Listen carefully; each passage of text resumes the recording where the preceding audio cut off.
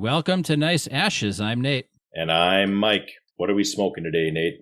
We are smoking, and now it looks like it's been made by hand, if my Spanish is legit still. And it's from Nicaragua, and it's the Joya Black. Is it Joya or is it Hoya? Well, if my Spanish is on point, it is totally Joya. Nice. I'm just kidding. I'm fucking with you. It's probably Hoya. Okay. I don't know. I never took Spanish. Well, and I don't remember what Spanish for black is either. Crayola's been getting. Have you seen that, Mike? Crayola on like social media. People have been calling out their black crayons because it has the Spanish translation of black, which I can't remember what it is. Crayola's like, no, that's the Spanish word for that color. It's not actually referring to people of a certain race. The really ironic thing about that is I believe those comments were actually directed at IKEA and answered by Crayola. So, what are we going to talk about today? Well, I thought we were going to talk about a modern classic, Mike, one of the greatest films that I've ever seen. And it's strange because most of the great films I've seen are, 5, 10, 15, 20, 30 plus years old. And this one's like brand new just about and instant classic. Oh, you're talking about Oppenheimer? No, Mike. The other one. Barbie. Everything's pink. Everything is pink. I really like the style of the movie, by the way. The visuals were great. Yeah, the visuals were great. There are a lot of actually good things about it. Mostly like when the end credits rolled, because then it was over. Oh my. What are you pairing your cigar with today? Yes, I am pairing it with a Sierra Nevada Big Little Thing IPA, which matches that one Barbie we saw in the movie, the Big Barbie. Yes. And I had to ask my Sarah if Barbie made a Big Barbie, and she was like, no, they don't make a Big Barbie. They actually did. Mattel made a plus-size Barbie a few years ago when they started rolling out their disabled Barbies as part of their inclusion. She wasn't really all that plus-size, like plus-size models are not all that plus-size, but she does exist. So you mansplained to your Sarah that there is no such thing as a plus-size Barbie. No, I asked my Sarah if there was a plus-size Barbie, and she told me no. She told me no. Okay. And no handicap Barbie either. Well, no, that's the thing is I remember when I was shopping for Barbies for myself that they have the wheelchair Barbies. Oh, okay. And I think they have like a Down syndrome Barbie and an autistic Barbie and even a vegan Barbie, if you can believe that. A vegan Barbie? Oh, my. Well, the rest of the disabilities, right? So did you buy the wheelchair Barbie so you could throw it down the stairs? Yeah. I got it so I could recreate the scene from Mac and Me. Well, before we get too far into this, what do you think about the cigar first, up front? And then we'll get back into Barbie and all things Barbie and what we liked and what we were so-so on and what we didn't like. Well, this is very dark and spicy. I'm kind of excited. At least mine is. I'm excited, too. Mine is dark and spicy as well, like my soul. Like this movie. Like my sense of humor. Sense of humor, soul, all the above. I don't know. Should we do like a little rundown, a little mansplation of what the plot of this movie is? Sure. I can do that. I can do a quick synopsis. Okay, yeah. Barbie is real. They have Barbie Land. And in Barbie Land, Barbie is in charge. And all the Barbies are in charge of everything. And then there's Ken's. Yeah, I was going to say, like, Barbie's in charge. Because at the very beginning, aren't they like, Barbie is me and we are all Barbie? And yes. So there's like all these different Barbies. But all the Barbies are in charge. Not necessarily the main Barbie the movie follows. Right. Yeah. They have all the different kinds of Barbie. So they have astronaut Barbie and, Nobel Prize winner Barbie. But anyway, Barbie does everything and all the Kens are kind of their slaves who are homeless, who only exist to be accessories to the Barbies. You're jumping the gun here. I didn't think that they're not slaves. They're not homeless. They never said they were homeless. We'll get into that because that's one of my bigger complaints about the film. Okay. And they have a very important job, Mike. I'm beginning to think you didn't actually watch this movie because Ken's job is very clearly beach. Very clearly beach. Okay. Yes, he beaches. He's not a lifeguard. But to your point, and I guess like we're trying to do like a non-colorful or predisposed summary. There's Barbie Land run by the Barbies. There are Kens there. Kens generally want to help the Barbies. And what happens at the end of the first act to get us into the action and get us like what happens to Barbie to get her moving? Oh yeah. Barbie starts to have thoughts of death and they talk to this weird Barbie who tells her that she has to go to the real world and help the little girl who's playing with her because apparently her negative thoughts are affecting Barbie in Barbie Land. Yes. And then they go into the real world and hilarity ensues and Ken finds out about the patriarchy and he brings the patriarchy back to Barbie Land and then they have an epic battle and Barbies win the day. And Barbie Land goes back to the old caste system that they had previously. Yes. So I think what I liked was kind of the initial setup of Barbie Land. And I loved that Barbie woke up, showered in absolutely nothing. Like, I mean, no water, right? And went and had breakfast that didn't actually exist. So it was all very clearly like the play, like make-believe stuff that like a kid would do with Barbie. The thing I didn't like was how for the first 15 minutes, the only line of dialogue was, "Hi, Barbie." And then everybody in the same area had to say that line too. And then she moved to like a new area of the set and had to greet everybody else. And so it was just kind of a lot of "Hi, Barbies." Yep. I thought it was hilarious. I thought it gave a good tone to Barbie Land and how, this is my perception, but how vapid and empty and soulless it is. So it's totally the kind of place you'd like to live, Mike. Oh, obviously. Yeah. I mean, obviously. If I could live, if my job could be beach and I didn't actually have to go into the water because I was somehow physically unable to do so, and then just had all these Barbies running around, like, probably be okay. Yeah. I mean, the water is made out of cardboard, so. Yeah.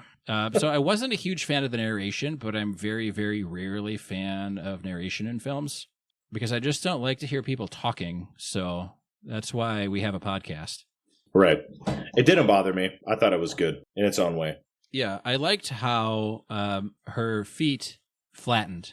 Yes. Right? Because the earlier Barbie molds were only molded for high heels. Yes. I'm not sure if the new Barbie molds do they have flat feet Barbie now? Or are they all high heel Barbie? I think they're flat feet. I think they probably just changed the shoe design to accommodate a flat foot Barbie. Sure. That's lame. I'm not 100% certain, though. They might still have, like, going to dinner party Barbie or something. Oh, sure. Barbie stuck in the Deep South or somewhere where Sharia law rules. Oh, Burqa Barbie? That's my favorite. That's the one. Yeah. My favorite Barbie of all time was Teen Pregnancy Barbie. Which they actually talked about in the show. Or in the movie. Wasn't she the inspiration for Teen Mom? I did like that they had a lot of the older and discontinued Barbies, like Sugar Daddy Barbie. And then they were like, no, I'm not actually a sugar daddy. Like, my dog's name is Sugar, and I am Sugar's daddy. So that was quite funny. I thought it was great. The costume details were good, too. Yeah.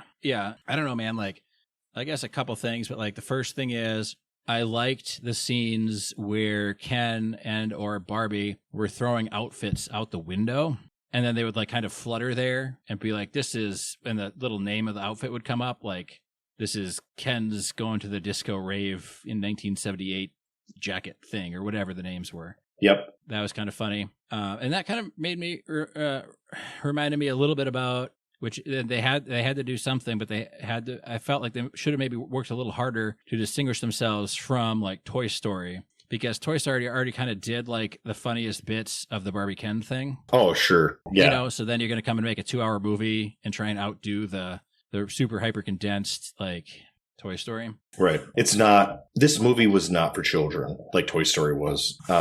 No, and I saw there were some complaints about parents, but it's rated PG-13. Right. Yeah, PG-13 is for adults. Get a clue. Yeah.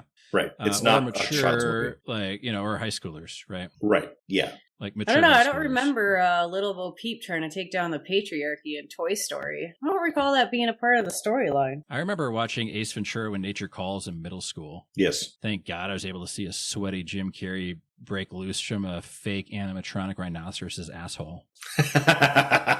Yeah. I love the criticism of the Ace Ventura movies that they're transphobic. I appreciate that. Yeah. That's probably not something we should get into on this show. Yeah. We're talking about light and happy, and Barbie just has fun. Barbie does not run a matriarchy that keeps men down and treats them like indentured servitudes or slaves, and everything is fine and happy. Yeah, sounds a lot like the patriarchy. Who are homeless bums who live on the street. And also there was a transgender Barbie. They live on the beach. Yeah, they live on the beach.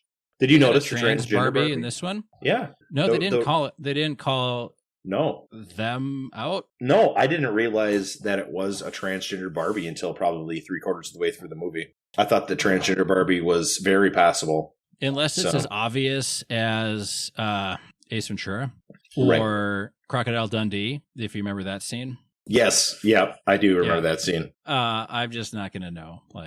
Right. No, and they never, I've respected the fact that it was never brought up as an issue. Yeah. And if you weren't looking and trying to really pay attention and or watching news, it could pass you by, Yeah. Well, and I guess that's kind of the restraint that I think this film needed more of, or they needed to lean into the ending harder. But I think that's the two areas where they kind of lost me by and large, because they sure like to throw the word patriarchy around and how bad it was. But then to have so I felt like I was being just smacked over the head with it. And I understand this movie wasn't made for me, Mike, and it wasn't made for you. Right. And that's fine. There's a lot of movies that aren't made for me that are still well done. You know what I mean? See, I thought it was made for me, and we can talk about it now. Let's do it. I found the movie to be very nuanced, and it had a lot of political subtext. Like when obese Barbie, who was apparently a lawyer, was talking in front of the Supreme Court, and she said that corporations are not people, and that giving them political rights in running campaigns is just a step toward fascism. I was like, holy shit. This is based. Yeah, I liked that one too. I like that. I liked a lot of the commentary. Yes. And I'm not saying that. I think I just have to say what I have to say so that we can keep talking about this without me having to skirt around it. But to your point, when you were saying all the Kens are homeless, that was the whole thing. Ken brought back the patriarchy because he went out into the real world with Barbie and everybody started actually seeing him, whereas none of the Barbies ever saw him. Right. They kind of peripherally saw them and they were like, hey, you could really make Ken's day to day if you just looked at him and then Ken would be happy. That's the bare minimum Barbie has to do to make Ken happy. Not that Ken should have to need somebody to make him happy, right? Which was one of the points at the end of the movie, which I thought was well done. Ken, you got to go find out who Ken is. And that was fine. That was fine. And so he wanted to bring back the patriarchy, but then they kept making Ken he checked out all these books and he thought the patriarchy had a lot to do with horses and stuff, which was, I guess, fine. But then so Barbie brings back this mother and daughter, and it was actually the mother who was playing with her, who was depressed and sad and making all these other things. And she also happened, just a strange coincidence, happened to work at Mattel. Right. But she comes back and Barbie's like, yeah, so this is my house. And she's like, well, where does Ken live? And she's like, Barbie goes, don't know, never thought about it. And the movie just carries merrily along. And they didn't walk that back. And so I think my biggest complaint about the entire movie was not the patriarchy bashing, but it was the fact that they had clearly set up a matriarchy that was just as bad as the patriarchy, except 180 degrees difference, right? Right. And they never acknowledged that. I thought they could have done a better job acknowledging that also. Yeah. I mean, they got themselves pretty deep in the weeds with this topic. It's a tough thing to portray on film, and I think they did it mostly well. But I agree. They kind of left that unspoken, where it was well, the matriarchy is just as bad as the patriarchy. And the bit that got me the most, I think, was when the one Ken was like, well, we want a space on the Supreme Court. And the Barbie president was like, oh, no, we can't do that. But you could be a custodian or something. And I'm like, okay. Yep. I thought it was great. I thought it gave a lot of nuance to the whole patriarchy talk when Ken tried to go get jobs in the real world and he was rejected because he didn't have any qualifications for anything, including being a lifeguard. No, I just beach. I just beach. They're like, you can't be and the one talk where he was talking and he's like, I'm a man, give me a job, because he saw all those men talking. Mm-hmm. And the guy's like, we don't do that here. You need qualifications. And he's like, what, are you telling me you messed up the patriarchy? You lost it? And the guy was like, no, we just got a lot better at hiding it. But then Ken never actually got the job. Right. You know what I mean? So I feel like there's a lot of ideas that they put into this film that they kind of left half baked, And so either Ken should have gotten the job or the guy should have been like, you know what, bud? The patriarchy only applies to rich, well-off men. Anyone middle class or below, patriarchy doesn't benefit them at all. Everybody below the upper 1% is just scraping shit. You know what I mean? Right. Yeah, the patriarchy doesn't benefit you if you have a job that pays a salary. Yeah. Right? You need stock option. You need stock options. You need like a ton of rental properties in Hawaii after the land got really cheap for suddenly no reason. Yeah, like Oprah, who is definitely a part of the patriarchy, apparently. Yeah, well, so that's the whole thing is like, it's kind of the same thing with the gender affirming stuff is it doesn't really have to do with the patriarchy versus the matriarchy. It has everything to do with if you make X amount of money, you can literally control everybody else on the planet. Right. Yeah. Money talks. If you're a man. She set up a charity. Did you see that? She set up a charity. Are you saying Oprah's a man? Is that what I just Oprah heard? has to be a man because Oprah set up a charity where she was going to pledge $10 million to Hawaii. But it wasn't her $10 million. It was the poor's that were going to give her money that she was going to give to the she Hawaii. And that Stonehenge guy wanted to get all that money on their video, right? That's right. Yeah, The Rock and Oprah weren't going to donate any money. They were going to donate the money that poor's gave them. Yeah. They were gonna donate the money and write that money off on their taxes, so they could just have an extra $10 million like tax windfall that year. I know, it's weird. And she's got $4 billion. That crazy bitch. Yeah. Well, they want to buy up. She's got a lot of land on the island. She wants more. Yes. Keep the poor is further away from her pool. Well, I mean, the patriarchy is keeping her down, so she's got to make a Oprah Town style situation. We should all I don't know why she doesn't have a GoFundMe set up for this. Like, let's do it. Let's get her land. Mm-hmm. Lots of Kool-Aid.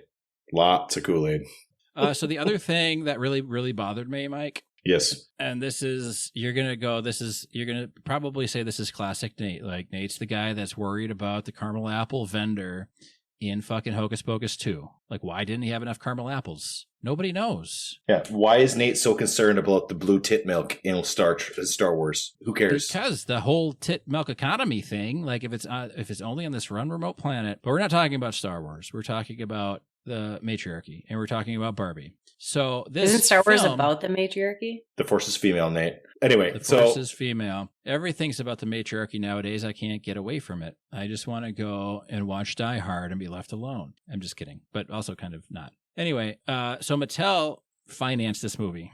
I'm sure they made a lot more than they put into it. But the Mattel logo popped up right away, the second studio logo. And they're like, yeah, we got Mattel Studios now. Yeah, I'm sure you do. Fantastic. I'll come down and tour them. But I don't know what I'm going to do with the rest of the morning. Anyway, so they show the Mattel offices. And the Mattel offices look like the most soul-sucking offices that I've ever seen since our office went with the new modern office layout. Right. So I was like, well, holy shit. Like, you guys are making this movie. Are you actively trying to tell us that you're bad and evil? And then you go up to the C-suite, right? And you got all this, the CEO, the CFO, the COO, the other, whatever the other C's are. All men, of course, and all like really dumb. And so the question then is, I know they're trying to make a point about men not being as competent as everybody thinks men are, or that men think they are, which is fine. But by doing that, Mattel is saying that they're no different than the other companies, despite the fact that they're trying to push a Barbie product that empowers young women. Right. But so they're saying they're not walking the walk, but they only talk the talk. So, and then I got really fucking confused, man, like to the point of being angry, because you've got Will Ferrell as the CEO, and he's like, we got to get Barbie back. We got to get her back from real world and put her back in the box. What's in the box? And then somebody's like, well, what about Ken? Ken's still out there. And he's like, we never cared about Ken. Mm-hmm. And I'm like, okay, one, is that a critique of the company just putting out a Ken product for the sake of having like an accessory for Barbie? Is that two, because they also think Ken is dumb? Or like, what are they trying to say there? Are they trying to say that they are actually like pro-femininity or not pro-femininity? And so they end up going back, and Ken comes up with his like super duper dojo casa house thing. Yes. And apparently at Mattel, they're like, holy shit, this thing's flying off the shelves. This is our best selling product ever. And Will Ferrell's like, well, we have to stop this instantly. I only care about the bottom line and profits and money, but we have to go stop this right away. Then they go and stop it and switch everything back. And the mom from the real world is like, well, I've got an idea for, I don't know what it was, Existential Crisis Barbie or something. Yep. And Will Ferrell's like, absolutely not. And the other guy goes, well, that's going to sell really well. And then Will Ferrell goes, well, okay, we'll do it then. So I'm confused. Like, is Mattel supposed to be an evil corporation? Is it supposed to be a good corporation? Will Ferrell's asking people to call him mom. And then he wants to stop the all-time bestseller they've ever had with Ken's Super Duper Dojo Casa House. But then he won't do the existential crisis Barbie unless it sells. So I just... They were all over the map on like what their fucking motivations were. I have no fucking idea what Mattel was trying to do with that. Like, shouldn't they have been a board of females and then said like, we're the only ones that are fighting the good fight? Like, it's a fictional movie anyway, so you might as well just make shit up. And then why did they put in the founder and say, oh yeah, so she's a big tax evader, but she's got some really good advice on parenting? Right. Yeah, I thought I actually did research about her. And she didn't owe that much money. Like, it clearly was probably an oversight because she was getting older, basically. Because she ran Mattel for like 40 years or 30 years or whatever it was. It was a really long time. You know, from the end of the Second World War all the way into the 70s. So, yeah. So I was confused about the whole, like, Mattel. Like, especially when Mattel is the one making the movie. If we were watching, like, what's that fat guy's name? That does, like, Bowling Michael for Moore. Columbine. Yeah, Michael Moore. I'm sorry. What's that plus-size filmmaker's name? What's that body-positive filmmaker's name? Anyway, like, if it was him doing it, I can understand, like, trashing Mattel. Because that's what you do. Like, if you're making a documentary or, like, a mostly fictional documentary or a documentary with a huge fucking slant, then, like, you say what you want about the company. But if you're financing the fucking movie, do you want your, like, are you getting street cred points for saying how evil you are? Or do you just not give a shit anymore? Right. And so that scattershot approach, I thought was on purpose, which we'll talk about the news article at a later time. But I assumed that it was on purpose, made by competent people, and that the scattershot was supposed to be a more palatable way for them to insert layers of nuance in the politics, because all those things can be true at the same time, right? In the Barbie world, they are all true at the same time, even though they're somewhat contradictory. Yeah. I see the confusion on where Mattel portrayed themselves with that part you're talking about where they're trying to put Barbie in the box. And it's probably just something I'm making up, but it could be Mattel saying that the matriarchy exists and they can be in charge, but only within the limits of the patriarchy. So the Mattel itself is a patriarchy controlled completely by men selling stuff to women and little girls about women without actually knowing what the hell they're talking about. Barbie gets out in the real world, and what they're trying to do is shove her back into a box, back into a corner in the little world and space that they created for her, that they're saying that's where you belong, that's the only place you belong, that's where you're supposed to be, you have to go back there. When they were talking about Ken's Super Duper Mojo Casa House, Dojo Casa House, Gulag, whatever the fuck it was, all they would have had to do to help clarify things and to give a little bit of grounding. So this is similar to in the live action remake of Aladdin, when they have the Aladdin guy running around down the alleyways, and the filmmakers, now granted the filmmakers on that were nowhere near as competent as the filmmakers on Barbie, okay? But they decided to just shoot a bunch of shots. In the Aladdin movie, is that Ezra Bridger that's running around Agrabah? Yes, yeah. But he didn't have the force then, so we can't fault him. They were having him run around the alleyways. And they decided to not even bother with any of the basic film convention where you need somebody, if somebody's moving left to right in one shot, they have to move left to right in the next shot and the subsequent shot, or you need to like slowly change the camera's perspective. You can't just change it every other shot. You can do a drastic change for dramatic effect, for sure. But you can't have a 5-minute running through the alleyway scene with 57 different perspectives. You know what I mean? And I think we talked about this. Not on the show. Not on the show. Just to give a little grounding for the audience. The audience needs a little bit of something. So what would have made it better for me? A man, part of the patriarchy, I guess. I'm waiting for my patriarchy check. That's like it's not coming. It's like the tribal checks, right? Like I'm part of the tribe, so I get the casino royalties. Well, I had to sign my paperwork to get my man check, so you know. Who do I have to send the stamp to for that? It's been redirected as reparations to the matriarchy. Thank you. Yeah, you have to go to Judge Rosa, whoever. I went to the women's bathroom today at a bowling alley. I know that. You're so brave, Mike. I know. It was 31 minutes, gentlemen, before I brought up bowling. But yeah, I went to the girls' bathroom at a bowling alley today when it was closed before it was open. Nice. Along with a bunch of other men. Just to see what it was like? Just to pee on the seat? Leave all the seats up? Actually, I just needed some soap because the soap was out in the men's bathroom. Are you saying that men are cleaner than women because they'll actually wash their hands with soap? I'm not saying that. I'm just saying that the women had lots of soap and the men didn't.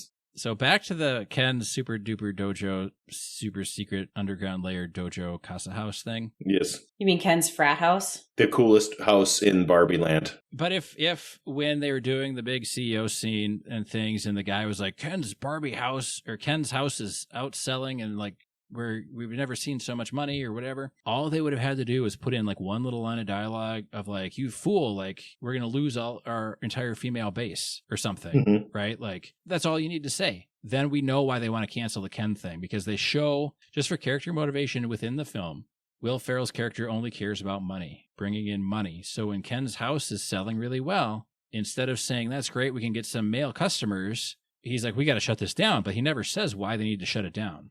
Right. And if all he had to say was, they're going to see through our sham and the women won't buy from us anymore if this thing keeps selling, we got to stop it. Like, that's enough for me. Like, I don't need to know anymore. Yeah. The messaging wasn't like I say, I thought it was on purpose, but it clearly... It could have been. You can do a lot of things on purpose, but I think at the end of the day, you have to remember you're also making a film. Right. I think that had they allowed Ken's house, that would have given more power to the Kens within the Barbie world, which would have shifted the balance of the Barbie world. And Mattel, knowing that that is the place they have shoved the women to be in charge, cannot change the balance of power. It was a power shift equivalent to the power shift like women going into the workforce during, was it World War II? That they started building in factories and they were told, you don't get to work anymore. Your husbands are back at home, take care of your kids, clean and cook and blah, blah, blah. And they said, no, we still want to work. And they were told, okay, well, you can work, but you can only be a secretary. You can only be a librarian. You can only be a teacher, which was the only profession they were really allowed prior to that. Or you can only be a nurse. So you can have power within these limitations that we give you, and just this little teeny tiny bit of power, so you don't get full of yourselves, which is kind of what they were doing with Ken. Like, he wanted to be on the Supreme Court, and they said, well, let's not go too far. You can have this lower position and start there, which is what they did to women after they said, come and do the men's jobs because we need you. And then when it was time for them to actually want to work and continue to be a part of the workforce, said, well, you can have this little teeny tiny role behind all of the men again. I wonder why women wanted to keep working after the men came back. If somebody told me I could stay home and not work, I would do that all day. Which would be great if the person telling you could stay home and not work didn't also control every single aspect of your life and give you an allowance and tell you what you can and can't do with your money and your house and your kids when they're not the one they're helping. Yeah, that guy, he was a terrible president, wasn't he? Ruined everything. Fucking a-hole. Also, Nate, you're not supposed to respond to the voice of the matriarchy. FYI. I'm not responding to the voice of the matriarchy. I have deep conflicted feelings down within. You're definitely responding to the voice of goddess over here, sir. So, yeah, you need to stop responding to the voice of the matriarchy and pretend that it doesn't exist, all right? You gotta be a Ken. Don't be a Alan. Alan was kind of badass. I liked Alan. I thought Alan was good. I liked that they had all the set designs and the character development as far as like having all the Barbie lore was perfect. It was great. Yeah, I enjoyed that because I'd never played with Barbie. I have two younger brothers. We never had Barbies in the house. Sure. I had one Barbie and my Ken. I had a Ken. Was it the bowling Barbie? No, it wasn't. I wish I had a bowling Barbie. No, I had Cowboy Ken. Because my parents are older and they are big into Westerns. So I had a Cowboy Ken so that he could like be a cowboy with my Teenage Mutant Ninja Turtles, you know? Nice. Yeah. And Cowboy Ken, of course, made it into the movie. And I was pretty excited about that. I never had a Barbie, though. That was definitely a patriarchy in my toy collection as a child. Yeah, and I guess like there's been some kind of backlash for people calling Barbie too woke. Mm-hmm. And the response from like Greta Gerwig, the director, whose other stuff I quite like, and Whoopi Goldberg, I guess, chimed in and was like, "It's just a movie." And right. I'm kind of curious because, sure, I get it. In the grand patriarchy that exists outside of Oprah and Ghislaine Maxwell, of course, and Hillary Clinton, can women say things that are critical of society without being labeled woke, like on one hand? But on the other hand, like if you're going to make a film and you're calling out the patriarchy and how much it sucks ass, like all the terrible things about it and that these men can still control and put Barbie back in the box and do these other things. Is it enough of a response when people are calling your stuff woke to say it's just a movie? Well, see, and that's where I'm confused, because that patriarchy talk was so overwhelming that to me it turned into like the boogeyman. And when Ken was getting rejected for jobs, and the fact that the Kens were all homeless, and the Kens, you know what I mean? Like, Barbie Land was clearly not an ideal utopian society from the perspective of Ken, right? And so I thought that they had turned the patriarchy into like the boogeyman, and it was kind of pointing out how a lot of society's problems are probably not due to the patriarchy. They're probably due to other factors like greed and selfishness and inequality and things like that. Yeah, I guess like the way that they set up the Barbie Land in the very first like opening shots, where they're like, hey, everything's beautiful and nothing hurt, and everything's great, and it's always sunny, and we do the same stuff, and every night's girls' night, but every night doesn't have to be girls' night. You know, they set it up as like this idyllic place where it's like, this is the gold standard of places, and they assume that the rest of the world looks just like Barbie Land, and why wouldn't they? You know, like they have no idea until they go out there and see it. And so I thought the movie was going to, at the very end, show us what the ideal would actually be. I was hoping they would do that. They kind of like doubled down on the matriarchy. Right. I thought that was it didn't sit very well with me as the ending of the movie. No, I didn't like it especially either. With the weird Mattel stuff. Right. So I was kind of like, did they go Chris Nolan on us with Tenet, and like they got so confused and like worked up about the patriarchy that they couldn't remember how to end the film? Or right. Well, and some of the aspects of the real world were fantasy-like too, where when they came rollerblading in, the guy slapped Barbie's ass, and then she hit him back, and they somehow arrested Barbie, even though he sexually assaulted her. Like, that's not the real world. You know, you can't just... If that situation were to happen, that guy would go to jail for sure. You know what I mean? Yeah. Well, he would have been brought in too, and they would have tried to resolve it at the station or something. Right. Yeah, exactly. It wouldn't just be Barbie and Ken going to jail. It would have been... But how fucking fly were some of their outfits in the real world there? I know. They were great. I love like the 80s rollerbladed outfits.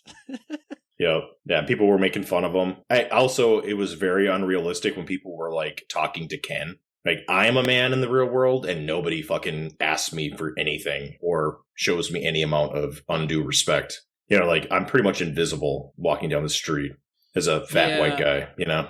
I get that too. Well, and so it's interesting because, and we talked about this on the show before, but like, when I'm out with the kids, people will come and talk to me, but not really they think they're trying to make me feel good, right? Like, oh, wow, like, you're out with both the kids, like you're babysitting or something or whatever. And it's like, dude, no, these are my kids. Like, I don't babysit my own kids. You don't babysit your own kids. That's not how that works. Like, this is called just being like a present father, like a present parent. Like, gender of the parent doesn't matter. I'm being present with my children. I'm being active and engaged with my children. I'm not fucking babysitting them. Right. You know what I mean? Yeah. So I guess like, fuck, I got to write the patriarchy because I need a couple bucks for that. I was like deeply hurt by that, and I want to talk about my feelings to somebody about that, and also get my check for $19.95.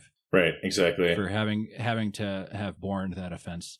Well, I thought, and this is again in the real world, a lady asked Ken what time it was, and they were at a school, and it made sense because they were like the waiting area, and she didn't happen to have a watch.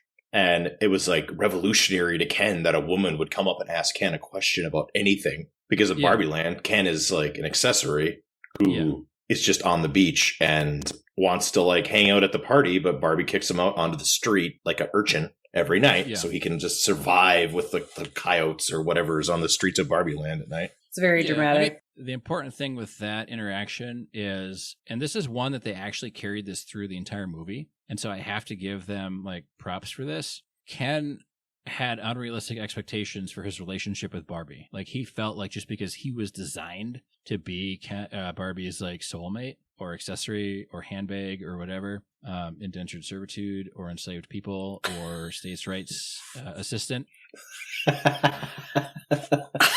that he felt like he's entitled to spend time with Barbie. Right. And he very clearly isn't. and he's not entitled to that shit. And that's that kind of like toxic romanticization stuff of like, well, I'm a man and that's a woman and that woman should like me. Like that's that incel stuff we were talking about. Right? Oh, dude. And so at the end of the thing, they actually carried this one tiny little thread through, which was great. And I think it had a lot to do with Ryan Gosling because he chose this role because he saw how neglected his children's Kens were.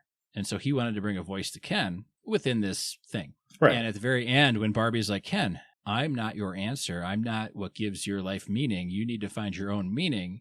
Right. And it's kind of like that thing that people say to people when people are like, oh, I'm single and I hate my life. And you say, man, you got to love yourself before somebody else could love you.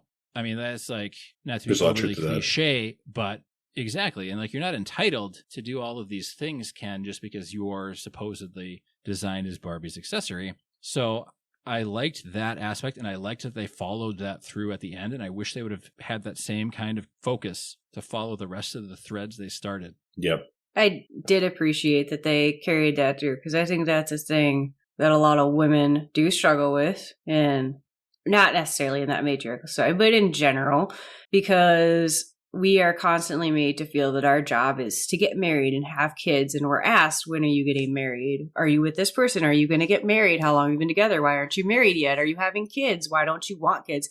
No one ever asks a woman why she wants kids. But if you say you don't want kids, you're insane. I've actually had people say, what is wrong with you? Why don't you want kids?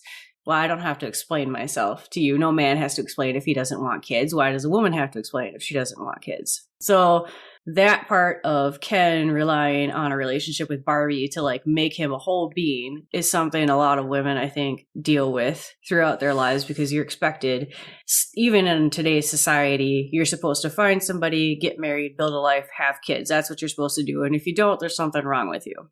I also want to go back and touch on, you're talking about Ken being asked for the time and him being like shocked by it coming out of a world where women are in charge. And that makes sense. But speaking as a woman in today's society, and this is something that we see all the time, if I'm with my husband somewhere, he's going to be the one that they ask a question to. They're going to assume that I have no idea what's going on. We go to a hardware store. If I'm with my husband, he's the one they're going to approach. They're not going to come talk to me. They don't think I know what I'm doing in a hardware store.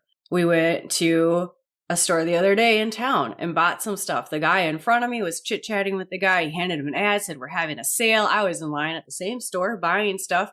Nobody said anything to me about a tool sale. Nobody offered me this ad on the sale. Nobody had any further conversation with me about it. Asked what the clamp was for. There was an assumption that there was no need to. I was there to buy that thing, and that was all I could possibly need in that place. So maybe I'm stretching it a little far, maybe not. But Ken being asked a question and shocked that he's being asked a question outside of Barbie is not that out of the realm of what a lot of women deal with in society now. So going back to what you said, Mike, about Ken being asked about the time, did you have another thought on that? Yeah, I just thought it was shocking that I thought it was illuminating, and they should have expanded on that a little bit, but they didn't. And it was how is a man with no children in the school allowed to be on school property without going through a security checkpoint in California? Well, that's, again, the real world was kind of a fantasy land too. Like I say, I thought it was really well done. Unfortunately, the creator of the movie didn't come out and say that it was on purpose, which kind of sucks. But they were definitely, there's just so many fantasy elements to it. Yeah, and it's a lot of it is over the head, but a lot of it's also nuanced. And like I said, I wish they would have followed a lot of those threads that they kind of started, and they felt like they had a lot of steam when they started a lot of these thoughts in the movie. And then they were kind of like, well, we have Will Ferrell on set for like 4 days, so let's just let him do his thing, and then we'll pick up what we have time for at the end of the movie, I guess. Right, and Will Ferrell plays the Will Ferrell character that he always plays, so... Yeah, and the other Will Ferrell connection is the path to get out of Barbie Land and into the real world and back was way too similar to the path that Will Ferrell took to get out of the North Pole to New York City in Elf. That's probably on purpose. It might have been on purpose, but it was like, it wasn't quite enough of a homage to it to be as funny as how they did it in Elf. Sure. You know what I mean? Like, And then why would you want to make an homage to Elf in the first place? Because that's a man-driven film. Like, making an homage to Alien then. Like, yeah, it's directed by a man, but the main character is not a man. Right. Or Terminator, or like any of these other like strong female characters that almost everybody loves. Like, why not reference some of those in the real world? Like, oh, you're a strong and empowering woman. Are you Sarah Connor? Right. Are you Ripley? Are you, no, none of that. Why would you encourage a real world matriarchy?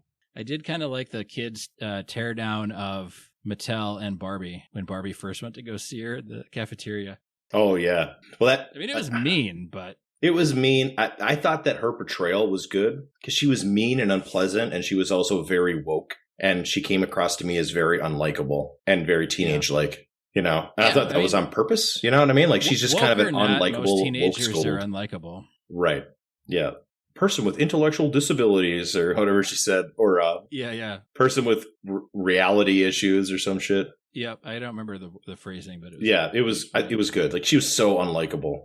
and I did like the twist that it was the mom playing with the Barbie and not the kid. Very well done. Yep. I recommend everybody, if you're listening and you haven't seen the Barbie movie, you should go watch it. I think it's pretty good. My Sarah, who of course would never consent to coming on the show, said that she would like to wherever she may be. She said that she wants to buy the Barbie movie and own it at the house because she really enjoyed it. This is what I have told people. We haven't talked about Oppenheimer on the podcast, and I don't know if you saw it, Mike. I have not. But I'm only going to talk about it briefly because of the kind of dual marketing of Barbie and Oppenheimer. So I went and saw Oppenheimer first in theaters because I had a buddy that was like, hey, you want to come with me and some other friends to see Oppenheimer? I'm like, yeah, I really want to see it because Christopher Nolan, outside of Tenet, Christopher Nolan's really good. And I don't know what he was doing with Tenet. I don't think he knows what he was doing with Tenet. That's not what we're talking about. We're talking about Oppenheimer. And we just saw it in regular theater. We didn't go to the IMAX, even though Christopher Nolan was like, okay, guys, if you want to see the best version of Oppenheimer, you got to go see it in IMAX. Please don't go see it in IMAX. If you want to see 12 Angry Men in IMAX, like a courtroom drama in IMAX, everybody with like elongated heads, I guess knock yourself out. But this is not a movie that lends itself to IMAX. No, you should Avatar. It's Avatar. Anything other than Oppenheimer, which is like a talkie drama. Right. Yeah. Blue titties on a big screen. That's what you want. Yeah. Tales intertwined, larger than life. Is that the patriarchal slogan? I'm drooling. Yes. Not only women say they're drooling, but I don't know. I guess nowadays anything's possible. Men can menstruate. So. And men can have children. I am trying to talk about Oppenheimer. God damn it. But Oppenheimer kind of walked the line in the middle and never really made a strong case one way or the other about the bomb, and never really made a strong case one way or the other about if Oppenheimer was a good guy or a bad guy. Interesting. And it's like 3 hours long. And so I was talking to one of my buddies, and they're like, oh, you saw Oppenheimer and Barbie. Like, what'd you think? And I'm like, you know what? I would watch Barbie again before I would ever watch Oppenheimer again. Interesting. Not that I disliked Oppenheimer, but for a 3-hour movie that has nothing to say and no stunning visuals, the explosion looked like crap, dude. Like the big explosion, everybody was like all ready to shoot their wad over. Yep. Or respectfully touch their private parts over in private for the matriarchy people. Like, it wasn't that good. Like, I've had better. I understand that the nuclear bomb being dropped is now politically controversial, right? But at the time, it was not controversial. So we're trying to take this controversial, or the narrative at the time was that it wasn't hugely controversial, because I'm sure there were people, and the movie goes on to try and say that a lot of the people who made the bomb wanted to do a demonstration on some uninhabited place and just kind of let the Japanese be like, man, this is what we can do. It's time to be done fighting. Right. That's what the movie claimed. Now, I don't have any qualms personally about the bomb being dropped, because my grandfather was stationed off the coast of Japan getting ready for the invasion, was told to tie up all of his affairs in life. And so he told me when they dropped the bomb, like, everybody was just like, there would have been way more loss of life had the invasion taken place. Now, philosophically, we can talk all day long about philosophically, was that the right call or not the right call? But I don't have any like real world problems with that, because if my grandpa died, I wouldn't be here. You wouldn't be listening to Nice Ashes, which is I think, most important thing, right? At least in the lives of the people listening. Yes. Or our lives. Right. You would think that. And But I think of the two movies, and Christopher Nolan can make really good films, but I think Barbie is the better film of the two. Interesting. Even with my issues with Barbie. Right. The messaging, they needed to add more, not take away. They shouldn't have taken anything away. They should have made some more clarifying statements to make the edges a little sharper. Yeah, sharper edges. I was more engaged in the Barbie storyline, even though I hated the narration mostly. I can see at the very beginning, you kind of need the narration because Barbie like floats down from her upstairs bedroom. And they were like, yeah, when kids play with Barbie doesn't take the stairs. The toys don't even have stairs in them. They just float Barbie down. Like, it's kind of like the world setting. And so that's fine because it's probably the most efficient way to world set, right? Or you have to do like a cut of a girl playing with Barbie and floating her down and then cut back to Barbie just floating down without the hands there, which you could do too. Like, that's the whole thing with film is show, don't tell. And Barbie did a lot of telling, and Oppenheimer did like 0 telling and 0 showing. So it was kind of convoluted. Right. Whereas Barbie at least had a consistent message of patriarchy is bad, okay? They didn't take it as far, or they didn't point out enough of the things, or they didn't stick to their guns on enough of the stuff. Right. Especially with post-movie interviews and things like that, where they're like, it's just a film. It's just a film. Like, I don't know why you're trying to cancel it. It's just a film. Like, it's for women. Like, whatever. And it's like, dude, you're making a huge like societal and governmental and corporation statement here with your film. Like, double down on it. Just stay strong with it. Mm-hmm. I have a question for you because I found it very interesting. Okay. And poignant, but really interesting that in the patriarchy of Kenland, when all the Kens were in charge, the main thing the Kens wanted to do, even though they're now in control of everything, was to sing love songs to the Barbies. On the beach. On the beach. Like, even in Ken's ideal patriarchal society, the Kens are still there just trying to, like, interact with Barbie full time. They're not really doing anything other than that. The whole point is that they want to interact with Barbie. Yeah, and I think that was, like, that scene was funny. Yes. And I liked it. And that was what, like, that had Barbie being like, hey, I guess he could have come and hung out. Like, every night didn't have to be girls' night. But then, like, the Ken wanting so badly to have that attention from Barbie to, like, if he was in the real world doing that, he would have 15 restraining orders against him, like, instantly. Oh, for sure. And so, but that's what made that line at the very end where Barbie's like, Ken, you got to find out what Ken wants. Like, you can't just do what you're programmed to do by Mattel or whatever, what have you, right? And it's kind of like, that's one of the subplots of Wall-E. Like, he's programmed to clean up trash or whatever. Right. So, fighting against your programming, whether it be mechanical or societal, right? Like, fight against the programming, like, find out what you want. You don't have to do the things. You don't have to have a family. You don't have to have a partner. You don't have to have kids. You don't have to have all of these things. You can do whatever you want to do as long as it makes you happy and as long as you don't harm somebody else in the process, basically. Right. I thought it was very interesting, too, that the Barbies, even after they got brought back to their right mind, so that they missed being like the Barbie in Kenland. Yeah. And that's kind of interesting, too, because there's been some, and we talked about this on one of our more recent episodes or maybe we just talked about when you and I were hanging out and not recording. It's tough to tell. The lines blur between Mike and Nate Land and the real world, where there's been some women on TikTok or other things that have video stuff, and they're basically like in tears, like, this is what we fought for. We fought for the right to work. Like, this sucks. Like, why did we do this? We could have just stayed at home. And we could have been at home with our families. We could have been at home with our friends. And now we fought so hard to go and fucking work, and it's terrible. Oh, life is pain. Yeah, but I mean, like, so I understood that as like the counterpoint maybe to the matriarchy, but I still wanted that ideal situation at the end that only Barbie Land could have given us, right? It could have been, hey, we're unified, we're Mattel Doll Land or something, or we're Barbie and Ken Land, or we're, instead of, we might be able to find a place for you somewhere lower down in the courts as a bailiff maybe, but not on the Supreme Court for sure. Like, if they would have just leaned into what's the ideal? Because so much of it is the reparation talk. So much of it is we've been held down for so long. Now it's our turn to hold you down. And it's like, why does anybody have to be held down? Like, I understand you're upset, They missed an opportunity when the Barbies took back their constitution to not make it an equal society at that point in time. Yeah, and maybe Ken only has 3/5 of a vote. Right. Yeah, exactly. Yeah, Ken, go back to the beach. Go back to sleeping on your bench or whatever. Oh, such drama. Such drama. His cardboard wave. His cardboard. Yeah, go sleep on the cardboard wave and drown your tears, freak. If you cry enough, Ken, it'll be a real beach. And he'll be a real boy. Yep. Go play volleyball, beach Barbie Ken person. Did they have Boys Are Back in Town playing beach volleyball all Top Gun? I don't think they did. That would have been a great opportunity.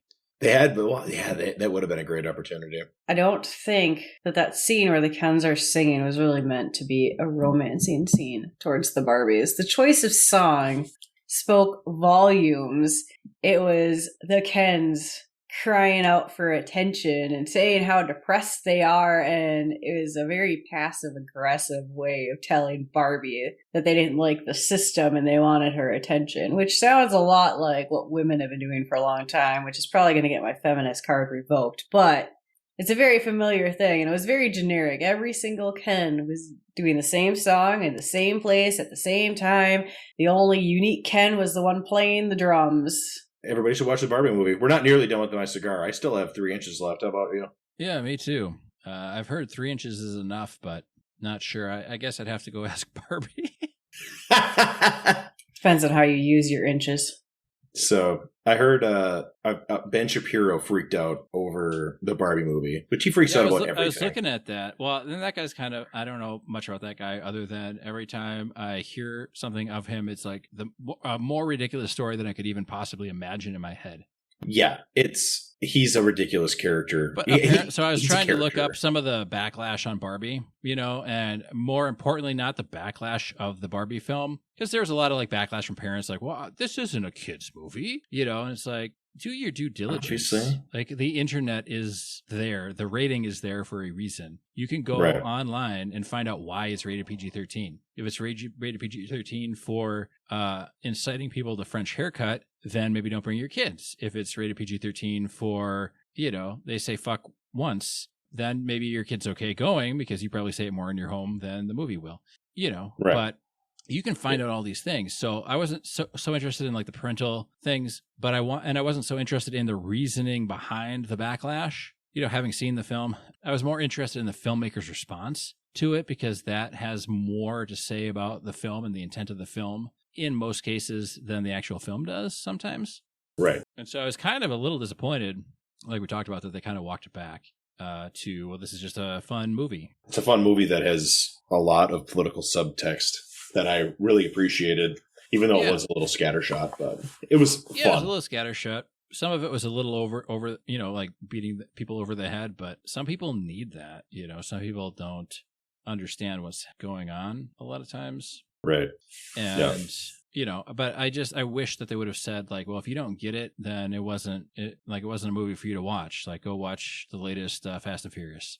Right. Yeah. Go watch Transformers. You don't have to make a statement. Your statement is, well, don't watch Barbie then. Go watch Fast and Furious. Right. Which there's I'm sure people that I've only seen the first 4 of those movies, and they're up to 10 somehow, and I don't understand it, and it's not a movie that appeals to me. I can't remember how many Fast and Furious movies, 2 maybe? I don't know. I stopped watching them when I became an adult. So whatever number they were when I was no longer a teenager. When you realize your car or your Barbie love interest doesn't define who you are as Ken. Right, exactly. Although Ken's Hummer was pretty sweet. I know. I thought it was, I thought Kenland had a lot of cool shit in it, to be honest with you. I was like, yeah. And then I was very confused because they did the patriarchy flash scenes and it had Sylvester Stallone 3 times. And I was like, Are they trying to call out Sylvester Stallone? Sylvester Stallone's awesome. And then somebody... buddies with our best bud, Arnold. I know, right? Somebody said, it's all about toxic masculinity. And I'm like, why is anything that men like toxic all of a sudden, What I Perhaps heard... they didn't mean that everything that men like is toxic, but the approach of all of the macho things in Ken's Mojo Dojo was the toxic personality traits that are being drilled into little boys about how they have to be tough and love things like cowboys and macho frat houses and Sylvester Stallone. The only people drilling little boys are the Catholic priests. Also, I'm pretty sure that every man in some form is a Ken when it comes to their vehicle. I happen to know a man who spent a lot of extra money to trick out a vehicle that they're still very proud of, that defines them in a way that they probably don't want to admit to. Because your car always in some way matches your personality. If you're able to afford a car, it does. And I think that buying a big truck with customized seats in it says a lot about your Ken personality. I don't know anybody that has a truck with custom leather seats and added foam and contouring. But I do know that we weren't talking about trucks. We were talking about toxic masculinity. And the most toxic thing about masculinity is the lack of masculinity, basically. Meaning that, they need, like what meaning Ken like was. somebody took your truck and backed it into another truck and destroyed the bumper and bent the fender. Well, Ken needed the validation of Barbie to feel good about Ken. And that's not masculinity, right? That's like the lack of masculinity. It's not really even about the gendering of the linity or whatever, the inity. I don't know, the femininity or masculinity. It's not even about the gendering. It's about the individuality, right? If as an individual, you need external validation to feel good about yourself, then you're toxic, regardless of gender. Which is what the Barbie movie could have done at the very end, with the matriarchy bad, patriarchy bad. Horses, surprisingly, not that bad. Geese, bad. Yes, they could have had a goose shitting through a screen door, and that could have been bad. Yeah, they could have done anything. Like a flock of geese descends on beach, and Ken must defend beach with big guns. Yeah, I did like the fight scene because it was very silly. Because it was very silly. Horses. Yeah, I don't know why the horses. In filmmaking, there's only like 3 plots, right? It's like man versus man versus nature, or man versus what was the other one? Man versus, I don't know, woman driving truck, something like that. Yeah, into stuff, damaging bumper and fender. It was fascinating how the Barbie matriarchy survived for decades just fine and worked together, and the Kens were in charge for, 24 hours before they went to war with each other? And they didn't even know why? That's amazing. It's like a great commentary on the patriarchy there. Up in the street, though. Yeah, it's almost like an allegory for the war in Ukraine. I'm sure you weren't talking about your Sarah, Mike, about the truck stuff that randomly appeared out of the blue. But my Sarah also backed my car, that I still have, into a light pole when I was trying to teach her how to drive manual. And we were in the middle of this parking lot. There wasn't a light pole for miles. And she slammed it into reverse, and bam, there's a light pole out of nowhere. I'm sure there was a patch of ice. And it was summertime. I remember it well. The windows were down, the summer breeze blowing in our hair. Well, not my hair, but my chest hair. Your hair? Your one hair? Yeah, my Sean Connery chest hair was being ruffled. It tickled my nipples. But I still drive my car. And we talked about this 2 episodes ago or 3 episodes ago or something like that. And Mike, you'll be glad to know I got brand new headlight casings. Did you really? For my car. They are so clear. And as soon as I ordered new bulbs too, I got all new bulbs for the front. Nice. And once that happens, so I guess my personality, if my vehicle defines my personality, the 2004 Honda Civic Hybrid Manual means I can run on a lot of different things. And I'm just going to keep going because I'm at almost 320,000 miles on this thing. Rusted out, man. Like rusted. Runs like a dream. So my sarcasm will never end. It will keep coming and coming and coming. I think it says a lot about you that you want society to stare at your nice new headlights on your old car. Got the new casings and the new bulbs are all perky and bright now. I have no idea why boob jobs are a thing. That has nothing to do with headlights. Why am I even talking about that? It doesn't make any sense. I've never understood that trend either. I'm not like, headlights what is that? The fake boobs is like disturbing most of the time. Like you look like you're out of a circus show. You know what I mean? Are you talking about like biological women or like real women? Well, the beautiful women of the world, I cannot criticize. I can only criticize the biological ones. So, beautiful women. The patriarchy. Here's what I wanted at the very end of Barbie was for Ken one of the Kens, I don't care which one, to say, Barbies, I want you, Barbie, to have the same size pockets as all of us Kens do in all of your outfits, because us as Kens are fine with you having the same size pockets as men. We would love for you to have larger pockets. Barbie just wants a t-shirt made out of the same thickness of material as Ken's that will last more than 5 minutes against a belt buckle. I think that if Ken would have talked about the pockets, then they'd have to explain that they do make clothing that have proper pockets and thicknesses. You just have to buy like work clothes and not stylish clothes. What's funny is all my stylish clothes have pockets big enough to fit my new phone, which is big. Right. Oh yeah. Even my suit. And I can fit like a ham and cheese sandwich in the other pocket with like my cigar cutter, lighter, 5 cigars, and the fire extinguisher in case I get a little carried away with my cigars. I'd love to know the last time that Mike actually went and looked at the work clothes versus casual or dress clothes made for women to get his information. I think that some of the matriarchy's conversation got cut off because I accidentally hit mute. Oh yeah, accidentally. I think the matriarchy's foot is actually going to go up the patriarchy's ass. I think that I might have had to make a cough and I forgot that you were talking. But I have recently looked at men's work clothes. And you have? I have. When you were repairing all of your men's work clothes? No, because I was repairing my men's work clothes and I was like, well, they're on sale at the store, so I'm gonna check them out and see if I can get a good deal. And they had them like half off, and they were all thin ass, weak work pants. I'm like, these aren't work pants. These are like women's pants. Like they're not like that thick. Like I want like 15 weight. Heavy duty like canvas or denim. Like none of that matters, thick. Mike. Were they form fitting? They were. How did your ass look in them? They are. That's flex. All I care about. They're like flex technology, blah blah blah. Which all that tells me is that now you have a pair of carpenter pants that are tight. You have to have an ass to know what it looks like in a pair of pants. I wear a goddamn belt, so. I wear a belt too, but people like to pants me for some reason, and then it's my fault. My dick is out. It's really shocking. I carry a Leatherman everywhere, so it's a lot easier to carry on a belt. Yeah, plus if I didn't carry things in my pocket, I wouldn't need a belt. But because I put things in my pockets, because I have big pockets, because rah patriarchy, I need a belt. Right. Well, when I was a kid, I took a lethal dose of noacetol, so now I need a belt pretty much all the time. Yeah, I'm glad you recovered, though, at least enough to be on the podcast from that. Yeah. I mean, I was in the hospital for days, but I made a semi-recovery, but... Yeah, not a full cheek recovery, but... not a full moon. Not a full moon.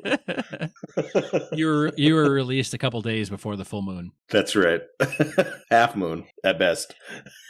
Well, you're not a plumber, so that doesn't really matter. No, and I don't know anybody who is a plumber who would be listening. But I know everything there is to know about plumbing, all right? Paychecks on Fridays, shit rolls downhill, don't chew your fingernails. I'm sure he's well qualified based on how his pants hang on his lack of ass to be a plumber. Also, Mike, I have to say this because he does listen. You know Keith is a plumber, right? Of course I do. Of course I do. Don't be ridiculous. His child told me so. Yeah. Which was the cutest thing ever. I just didn't want to go Greta Gerwig on this podcast. I wanted to tie up that loose thread. Okay. Yeah. I thought my tone was intentioned well. Me as well, but I wanted to clarify because I know you better than some people who might be listening. So. Oh yeah, I suppose so. Yeah. I said to make fun because Yes. Once upon a time, I was an electrician, and for whatever reason, there's always like the fake like competition between trades on sites. It's kind of goofy. I don't really know what the story is behind that, but it's patriarchy, man. Mm-hmm. Horses do it too. It's weird. Horses do it too. Oh, geez. Yeah, I'm a draft horse. I'm a carriage horse. I'm a riding horse. I'm a horse's ass. Like they all fight. So, are you relighting your cigar, Mike? Mm-hmm. I am down to almost finger burning. This one was really good. I've never had the Joya before. No, I've never had one either. The inside of the band was really good. Has a lot of good information. It's like pretty modern with all the Facebook stuff and their website. Oh, yeah. It says, experience the patriarchy with us. Keep smoking our cigars. I'm just kidding. It doesn't say that. I do like the design of this one. because it's like a arrow. Does that label give tips on how to effectively use 3 inches? This label is not 3 inches long, but it does say for best use, stick it in the mouth. Yes. I think that it gave Bill Clinton like directions, actually. Yeah, he didn't inhale, though, but... he did not. He did not. I did see a Bill Clinton meme today. It was him standing, smiling with Monica, and the caption was, back when presidents didn't care if you took a knee. I don't know what that means, but I'm sure it's something clever. Yeah. I've never understood why people were so upset about Monica Lewinsky, and then they made fun of her for how she looked, which I thought she looked fine. Yeah, that's patriarchy. That's weird stuff. I don't know that that's patriarchy. That's probably just like pure assholishness, I guess. Sure. I like the meme you sent me with Princess Peach and Mario. Yeah.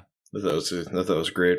I thought you sent me that one. Or did we send each other different ones? Maybe I did send it to you. We send back a lot of memes. I can't remember what happens, where they came from, who I got them from, or who I sent them to. Where do they come from? Where do they go? Something. Cotton Eye Joe. Yep. Cotton Eye Joe Biden. Cotton Eye Joe Biden. Corn Pop.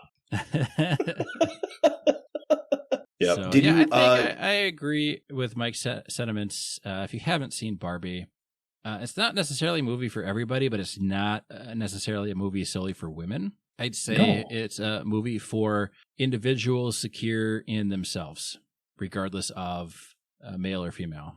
Because it kind of took jabs at how everything is. It made jabs at how things are. I just wish it had more statements on how things should be. You know? Yeah. That's the one thing I thought was kind of missing at the end, because they set up Barbie Land as being utopia, and then they found out it wasn't, and then they kind of went back to how it was at the beginning. And so I just like watching this movie. I kept thinking like, man, I'd almost rather just watch Toy Story for the funny Barbie stuff. Like, you know, if it was being billed as purely a comedy, I don't know that it was that funny. Oh, I thought it was pretty funny. Some scenes were very funny. It's more of a social commentary, though, than it is funny. Whereas, like, Idiocracy is funny and a social commentary. You know? That's Danger Zone. Danger Zone. I know some people that don't seem to think that Idiocracy is the brilliant documentary about what is happening to America in the future that I think it is. Yes. But go to your hot pink bathroom and cry a river. I kept thinking that, like, if you want to see a movie where the system is broken and then they fix it, like Zootopia, like all day long. So I just wanted kind of a little bit more closure than the Barbie movie gave. And maybe the Barbie movie intentionally didn't give closure because they wanted the viewers to go out and do closure, but they didn't really do a very strong call to action to get the viewers out of the movie theater and like making changes in their lives either, because they kind of then relegated Ken back to where Ken was at the beginning with albeit slightly expanded rights or something, you know. Did they encourage Ken to go and make the world for himself rather than relying on someone else to make it for him? They're encouraging the men to make the patriarchy for themselves. Never thought of that. Or maybe the matriarchy is encouraging equal partnership where everybody gets choices and power. The patriarchy encourages equal power too, but women just don't want to be sewer cleaners. It's weird. I don't know. What I know is that until women have equal parity in all jobs, we're not an equal society. So I'm going to see equal number of women as plumbers and as ditch diggers and as morticians and as grave diggers and as corporate thieves and murderers and all those bad things. Maybe when the patriarchy starts taking women in those positions seriously, they'll see more of them. Oh, I think that women who are serial killers get taken pretty seriously. But women teachers who sexually abuse their students do not get taken seriously. The matriarchy is going to respectfully decline commentary on this topic. I see. Because they have to talk about it enough with their husband and they're sick of it. Yep, until I see equal numbers. Like the matriarchy and Mike might have a post-episode conversation. Until I see enough journey workers who are ladies, right? I'm old enough to where in the trades when I started it was journeyman Then I saw the transition to journey worker. And in my profession, like 3% of electricians are women or something like that. It's like, really? You had to change the word for 3%? The matriarchy is going to throw your own words back at you. There was an earlier episode of your show where you discussed why there are so few women in journey positions, especially as an electrician with an apprentice. It's true. I hope the answer isn't hazing. Pretty sure the answer was hazing. It's true. It's true. I have to take a little bit of a character for the Barbie movie because I'm not sure if the listeners have picked up, but we have the matriarchy and the patriarchy on the line.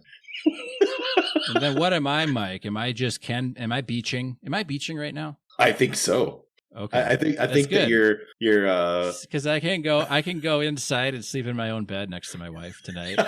We have a guest room downstairs though, Mike, which you've taken advantage of before. Yes. So you're always welcome, Mike. I thought you were a Honda Civic that's a hybrid, Ken. Yeah, that keeps going. I can't be kept down by anything. Good. And can a woman do my job? Yes, they can. And they do it and they get paid better than I do because all my bosses are women. So I guess that the Barbie matriarchy kind of struck a little too close to home for me because I felt like I was just beaching. I have a friend, you've met him. And you've met him too, who worked at a engineering firm.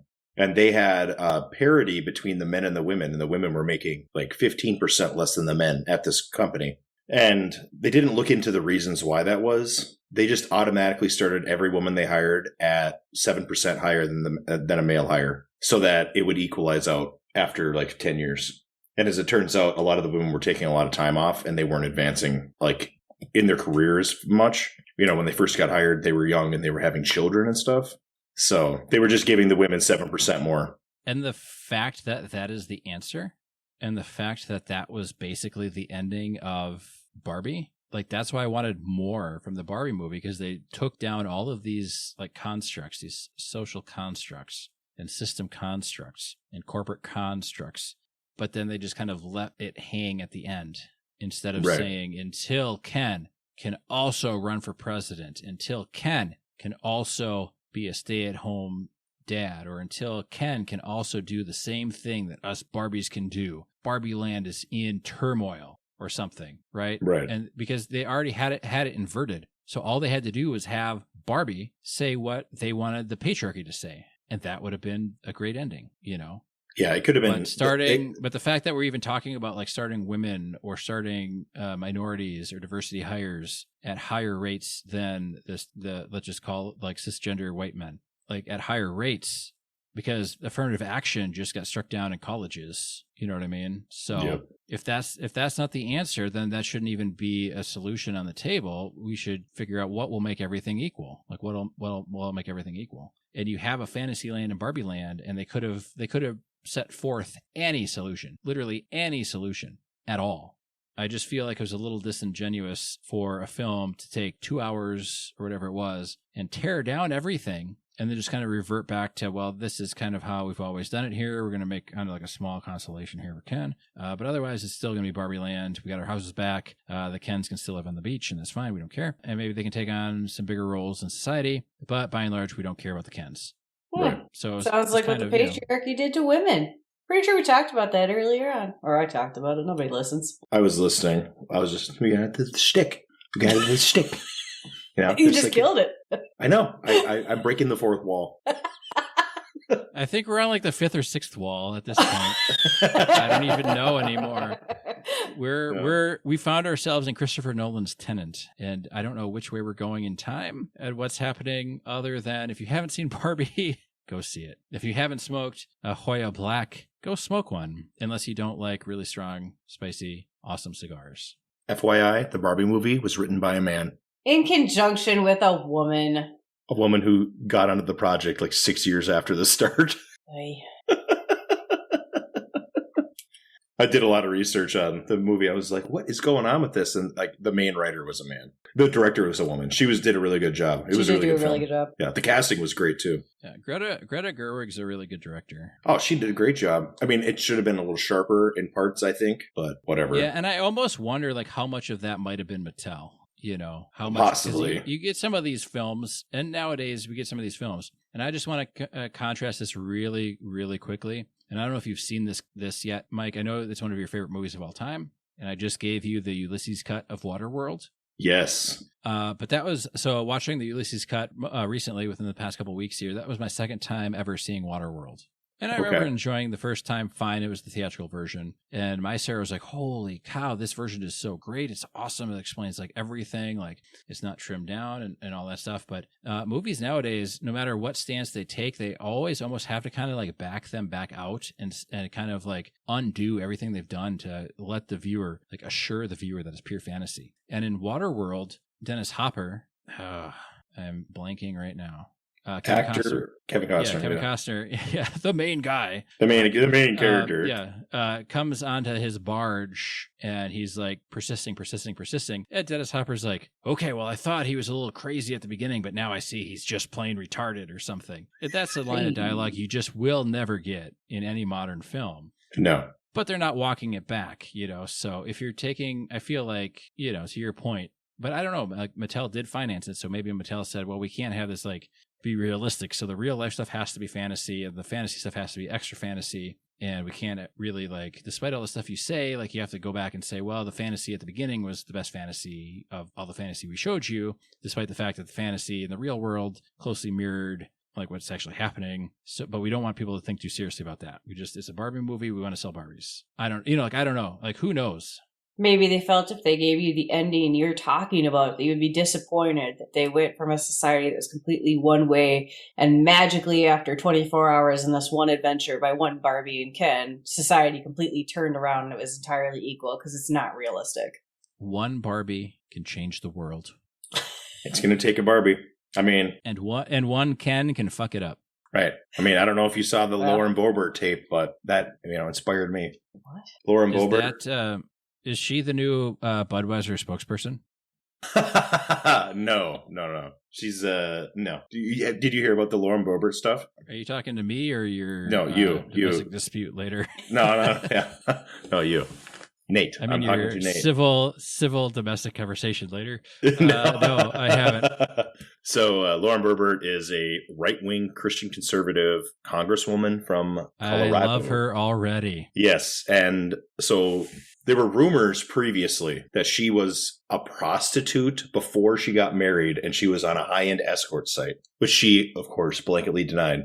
So now she's the one that had all the stuff leaked, right? No, that one, she's running for Congress, and she's a Democrat. The Lauren Boebert's already in Congress. Oh, so she's in the middle of a people only like divorce. Left-wing poontang, or are they like nutso for right-wing? I don't know how it is. Well, Lauren Boebert is a hardcore right-winger, but anyway, she's in the middle of a divorce, so she goes to the theater with her boyfriend, who also happens to be a bar owner. And the story that got reported was that she was drunk out of her mind. She was smoking in the theater, and she gave her boyfriend a hand job in the theater. Yes, I remember that.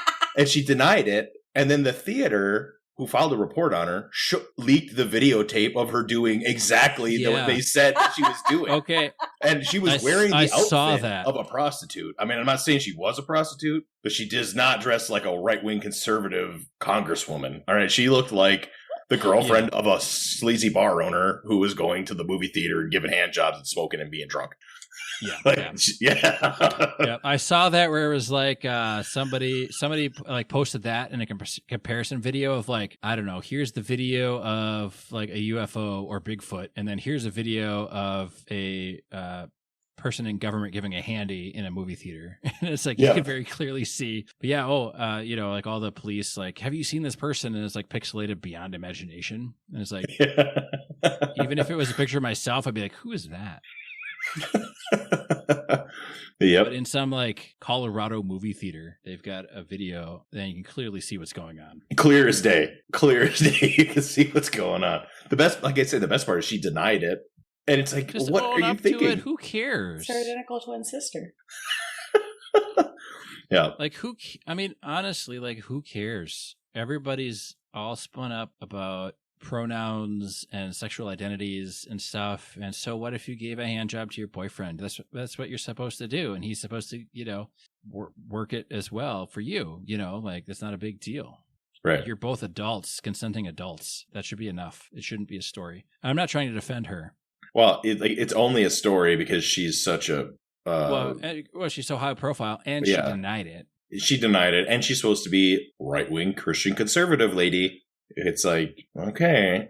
I thought there was a thing in the New Testament where was it Peter or I think it was it Judas? One of them was kissing Jesus or something, right? In the garden. They were like on a mandate or something, like a bro date, and they're like kissing each other, and then the guards come in and break it up, and then all of a sudden, like, Jesus is dead on a cross or something.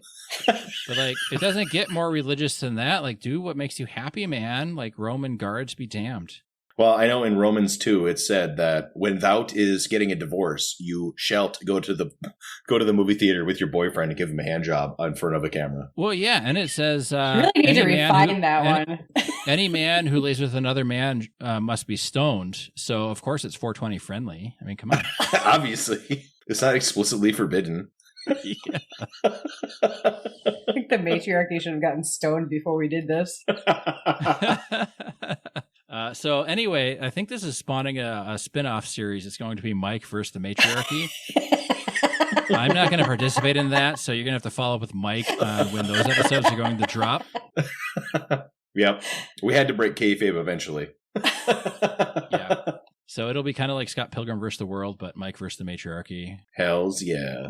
Take bets at the beginning of each episode. Is Mike sleeping on the couch at the end of this, or is he not?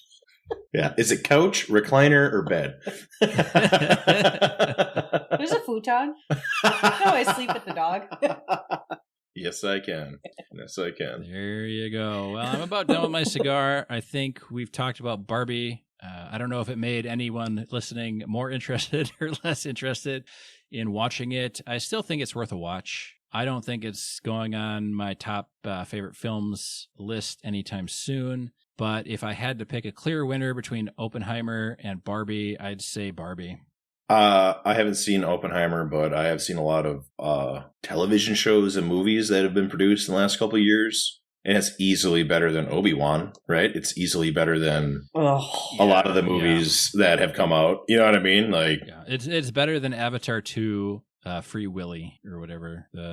Mike is gonna cry. He loved Avatar 2. I watched it in the theater too. That helps because the big screen and like. Yeah, but Mike didn't love it for the story. Mike didn't love it for the story. That's true. No, I loved it for the alien titties. I'm sorry, the alien headlights. Alien, bright, clear, newly installed headlights. That's right. Yep. Touched up with CGI. Why is this animated? They said this was live action. I can't get a boner over a cartoon character. I'm not a black-pilled incel. I think the anime category on Pornhub would beg to differ. Never been. So that's an interesting subreddit for the matriarchy to be visiting. But no judgment here because I'm just a Ken who likes the beach. I'm just a Ken who likes to have a truck that has a bent bumper and a rear quarter panel that's damaged. Bite me, Ken. The other thing I didn't like real quick about Barbie was they made of all of the movies that they could have tried to drag through the mud, why was it the Godfather of all things? Like they could have easily done Fast and Furious. They had to do Godfather because men really like the Godfather. And I think, well, these are highfalutin people that wrote this story and made it. Like, these are elites that made this movie. They're not nobodies. Yeah. So they're going to have to do... They probably didn't even have Fast and Furious on their radar. You know what I mean? Yeah, I just think with how dumb they made the Kens, and I don't have a problem with that. With how dumb they made the Kens, I don't know that the Kens would have understood the Godfather. You know what I mean? And right. And of course they were like, yeah, so man's going to talk through the Godfather. Like, hey, what's this movie? What's the movie you want to listen to while you're slobbing on my balls? You know, like that kind of like mansplaining through a movie. Mm-hmm. But, you know, it could have been like the narration could have been, and all the Kens decided to pick this movie that they knew they should like, but had no idea why. And then explained it to the Barbies, you know, and that would have fit the bill of like how the Kens were portrayed a little bit better, and also let The Godfather stand as a classic film and not be dragged through the mud. Well, it's like part of the not that you have zeitgeist. To like The Godfather, but no, but it's part of the zeitgeist now. You got to destroy all the things in the past that were good, you know. Well, now if they had done that and had the Kens explaining the movie to the Barbies, would that be mansplaining or Kensplaining? That's a good point. Would Kensplaining, mansplaining to the matriarchy? Would the matriarchy woman-splaining to the man trying to splain the Kensplaining the man patriarchy splaining movie to the? Now I'm back. No, Christopher the Nolan's matriarchy Tenet. is just trying to be going informed and understand. I like money. I like money and sex. A lot of this generation hasn't seen The Godfather. Let's just fucking go with that because nobody's gonna sit down and watch that kind of movie. It's slow. It takes forever to go. I've only seen The Godfather once. In full disclosure, and I've never seen the sequels. I've seen them all. I would like to watch them. I've seen them all. Apparently, the matriarchy has not watched The Godfather and does not want to either. I didn't say that. I mean, that's fair. My Sarah enjoyed, except for the last season, Boardwalk Empire, which is kind of the gangster. I heard that was a fantastic show. Everything was great except for the last season because they thought they were going to get canceled, and they got canceled before they could finish the storyline, so they jumped ahead like 10 years and in like film time, I guess, and didn't really explain why a lot of the characters that we had come to love were now dead. Sure. Or gone. Like, you just infer, so it kind of took the wind out of the sails of the last season just because they weren't given the time to do it. Sure. Was that because of Jesse Smollett? No, this is well before that. Oh, okay. I believe. I don't know. Everything now seems like it was either yesterday or 27 years ago, so I have no idea. Yeah, I get some of that. So anyway, we are done with our cigars. Well, I'm not. I still have a little bit left, but Nate is done. I have a little bit left, but I think we're done with the Barbie and being matriarchy explained to. So let's just fucking call it, dude. Let's call it.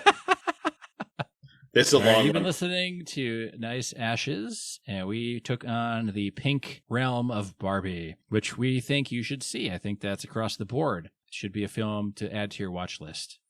Absolutely. Be safe, have fun. Thanks for listening.